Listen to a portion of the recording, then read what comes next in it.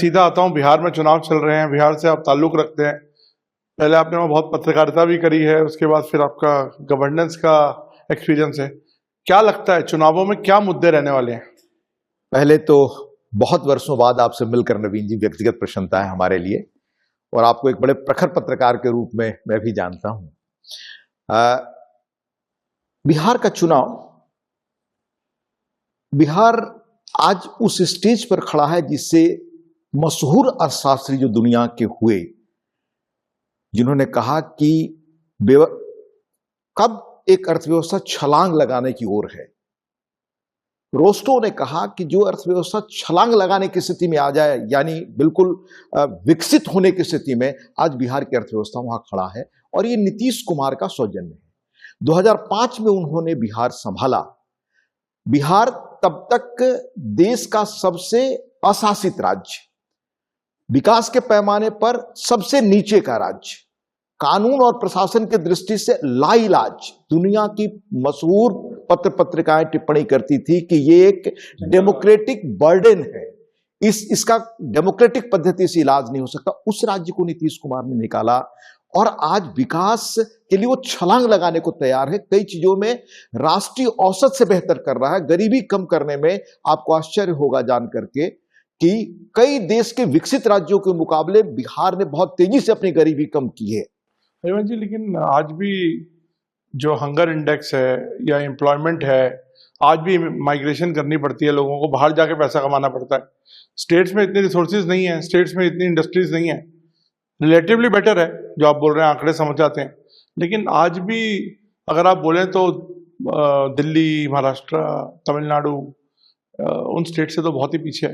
नवीन जी, जो आपने बातें कही उसके पीछे एक लंबा दौर है जिसको हमें समझना चाहिए। लंबा दौर से आप लोग का राज भी है ना सर, उसको समझना होगा। जब हम बिहार के बारे में एक हैं, 48 में बिहार, 48 से 50 के बीच बिहार भी अन्य राज्यों के मुकाबले अपनी नई यात्रा शुरू की उसने।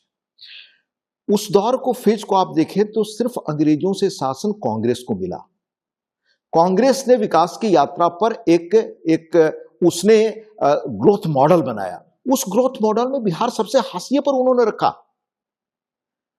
बिहार सबसे अधिक उस दौर में एग्रीकल्चर प्रोड्यूसिंग स्टेट तो था ही, अन्य दृष्टि से भी संपन्न था, और नेशनल जो आपका जीडीपी था उसमें बिहार का बड़ा योगदान होता था। पर उस बिहार को कैसे कंगाल और खराब हालत में कांग्रेस दौर में वो स्थिति पहुंची, उसको अगर जानना हो तो एक चीज सिर्फ मैं आपको बताऊं, जो उन्होंने वहां से मिनरल्स निकालकर फ्रेट इक्वलाइजेशन किया, यानी भाड़ा समानीकरण की नीति, वहां से कोयला निकाले, वहां से अन्य खनिज निकालें, और बंबई से लेकर तमिलनाडु में भी वो उसी भाव पर मिले जो झारखंड में मिले, जो बिहार में मिले। आज का झारखंड है वो। तो बिहार जब झारखंड के साथ था, वो सबसे देश का मिनरल रिच स्टेट था, तो फ्रेट इक्वलाइजेशन पॉलिसी ला करके उसको डिस्क्रिमिनेट करके सबसे पीछे ले जाया गया। ये कांग्रेस दौर की कहानी है जो लंबा चला, उसको मैं आपको बताऊंगा। दूसरा, उस दौर में क्या हुआ एग्रीकल्चर के मामले में, जिसके बारे में थॉमस मूर जो पहला ब्रिटिश एम्बेसडर था, जिसने कहा, मुगल बादशाह जो थे 17वीं शताब्दी के शुरू में, कि बंगाल पूरे देश को खिलाता है। तब बिहार बंगाल का अंग होता था। यानी बिहार और आपका पूर्वी उत्तर प्रदेश, ये इतने एग्रीकल्चरली रिच स्टेट थे कि ये पूरे देश को खिलाने की क्षमता रखते थे। यही कहा थॉमस मूर ने उनको। पर वो राज्य कैसी किस हालत में पहुंच गया, 67 में वो भयानक अकाल पड़ा। ये सब कांग्रेस की नीतियों की देन थी, क्योंकि एग्रीकल्चर में पंजाब में सबसे अधिक, हरियाणा में सबसे अधिक, हरियाणा बाद में पंजाब से निकल कर बना, सबसे अधिक उस वक्त की सरकार ने इन्वेस्ट किया। भाखड़ा नांगल बांध वहां बनाया, पर बिहार में कोई चीज इन्वेस्टमेंट नहीं किया। बिहार के बारे में तब लिखा गया कि कैसे बिहार देश की कॉलोनी बन गया। ये 62 में एक किताब आई, 61 या 62 में, सचिदानंद सिन्हा की, कैसे Bihar internal colony of India बन चुका है।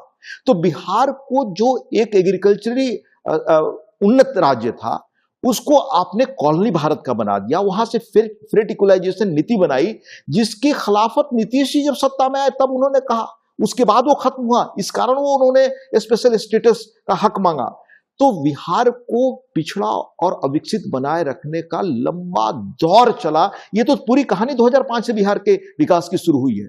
2005 से लेकर 20 के बीच यानी लगभग आप समझे 20 वर्षों में 25 के बीच बिहार आज छलांग लगाने की स्थिति में है। तो हम उस आधार से, बिहार का आधार शुरू होता है 2005 से, 1950 यानी 48-50 से लेकर 5 के बीच आप देखें तो वो कांग्रेस का लंबा दौर रहा। बीच में मिलीजुली सरकारों का दौर आया।